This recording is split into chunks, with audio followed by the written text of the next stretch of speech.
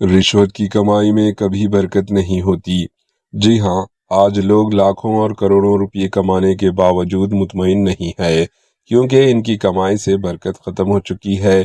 رشوت کی رقم آپ کو بنگلہ اور کچھ شہرت تو دلا سکتی ہے، لیکن ذہنی سکون نہیں دے سکتی۔ اکثر ایسا ہوتا ہے کہ رشوت کا پیسہ بیماریوں پر ہی خرچ ہو جاتا ہے۔ جب کسی شخص کی خواہشات اس کی آمدنی سے بڑھ جاتی ہے تو وہ رشوت لینا شروع کر دیتا ہے۔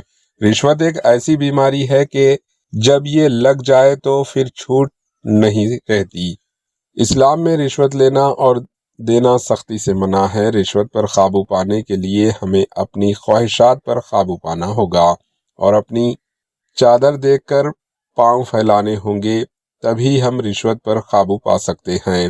برکت محنت کی کمائی میں ہوتی ہے، رشوت کے پیسے میں نہیں۔